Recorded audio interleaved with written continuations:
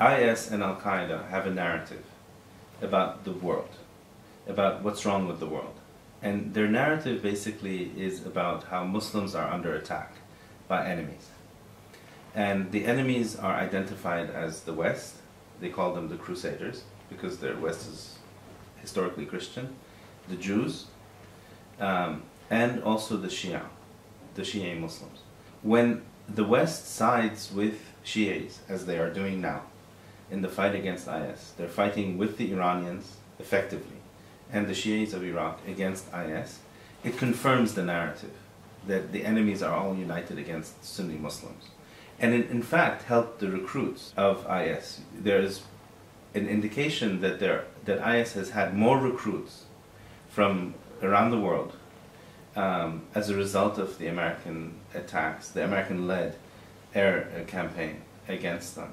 And I would argue that even if you were to destroy IS, which is possible, I mean, if America and other countries were to send troops on the ground, they could defeat IS militarily. It would not end the structural feature of the Arab Muslim world that creates this kind of movement.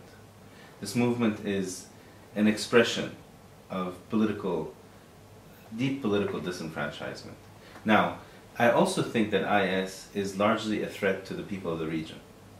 Unless they attack oil fields and threaten the flow of oil from the Middle East, or attack, let's say, Israel or Turkey, as long as they remain contained to Iraq and to Syria and don't approach the oil fields, the only threat that these movements represent is a terrorist threat.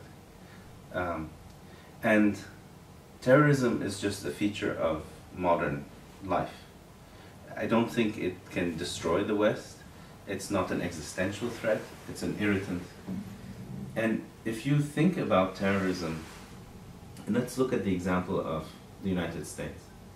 The United States, in response to the 9/11 attacks, which were horrific, and which I witnessed actually live in New York, the response to them was so overwhelming, both in terms of stripping the civil rights and freedoms of Americans, creation of a surveillance state, securitized state in America. Bin Laden was very proud that he had only spent $500,000 on the 9/11 attacks. The United States, in response to the 9/11 attacks, has probably now spent $3 trillion. So as a return on investment, Bin Laden has done really well. You know, Al-Qaeda has done really well.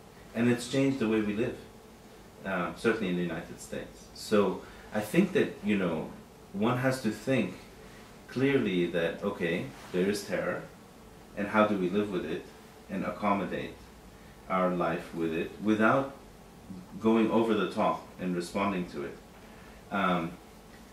But there's no question that IS and Al-Qaeda are a threat to moderate Muslims, to Sufi Muslims, to Shia Muslims, to the Christians of the Middle East, to atheists in the Middle East.